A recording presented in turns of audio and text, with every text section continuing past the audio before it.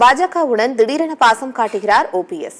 அவரது கூட்டணி கணக்குகள் ஒத்துவருமா, இல்லை 10ஓடு 11ஆக மறைந்து போகுமா? விரிவாக பார்க்கலாம்.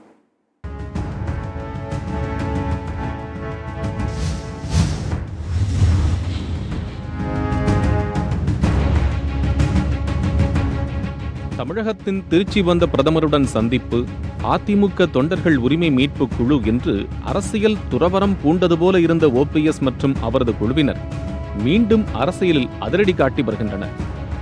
அதிமுக பொதுச் செயலாளர், எதிர்க்கட்சித் தலைவர் அந்தஸ்தில் உள்ள எடப்பாடி பழனிசாமி பிரதமர் தமிழகத்திற்கு வந்தபோது சந்திக்கவில்லை.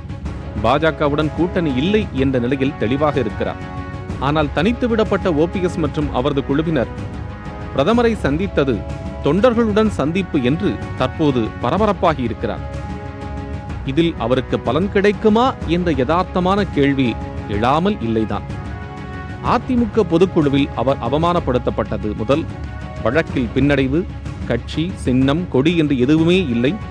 அதைவிட கொடுமை, கட்சியின் கரைவேஷ்டியை கூட பயன்படுத்தக்கூடாது என்ற நிலைக்கு அவர் தள்ளப்பட்டதுதான். அவரது குழுவினரும் ஓரங்கட்டப்பட்டு விட்டனர். இப்படி தொடர் பின்னடைவை மட்டுமே சந்தித்து வந்த ஓபிஎஸ் குழுவினருக்கு பிரதமருடனான ஏர்போர்ட் சந்திப்பு புதிய தெம்பை கொடுத்திருக்கிறது. அதேபோல தன்னிடம் இருக்கும் ரகசியத்தை சொன்னால் இபிஎஸ் திகார் சிறைக்கு செல்ல வேண்டியிருக்கும் என்று ஓபிஎஸ் கூற, அதற்கும் முதன்முறையாக பதிலுரை தந்திருக்கிறார் இபிஎஸ். பதிலுக்கு ஓபிஎஸ் சிறை செல்வார் என்று அவர் தரப்பில் கூறினார். இந்த உத்தியும் ஓபிஎஸ் தரப்பினருக்கு பலனளித்திருக்கிறது. அவர் இத்தனையும் செய்வது காரியம் இல்லாமல் இல்லை. நாடாளுமன்ற தேர்தல் தான் குறி. தன்னிடம் உள்ள குறைந்த நபர்களை கொண்டு தேர்தலை எதிர்கொள்ள முடியாது என்பது ஓபிஎஸ்க்கு தெரியாமல் இல்லை. எனவே அதை வைத்துக் கொண்டு ஒன்றும் செய்ய முடியாது என்பதால் டிடிவியுடன் கூட்டணி என்பதோடு இல்லாமல் தற்போது சசிகலாவை தேவைப்பட்டால் சந்திப்பேன் என்றும் கூறியிருக்கிறார்.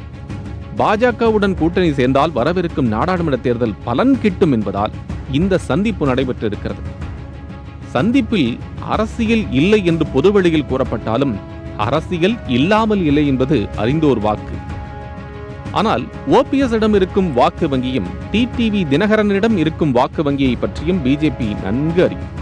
ஒருவேளை இந்த கூட்டணியில் பாமக சேர்ந்தால் வேண்டுமானால் பிஜேபி கூட்டணி காய்களை நகர்த்தும்.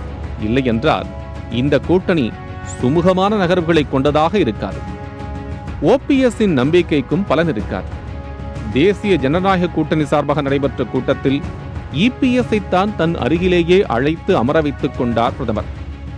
தற்போதிருக்கும் சூழலில் தைரியமாக இபிஎஸ் பிஜேபியை எதிர்க்க துணிந்ததும் ஓபிஎஸ்-இன் ஆதரவும் அவர்களது எதிர்பார்ப்புகளை நிறைவேற்றுமா அல்லது ஓபிஎஸ்-இன் கனவைத்தான் நிறைவேற்றுமா என்பதை பொறுத்திருந்துதான் பார்க்க வேண்டும்.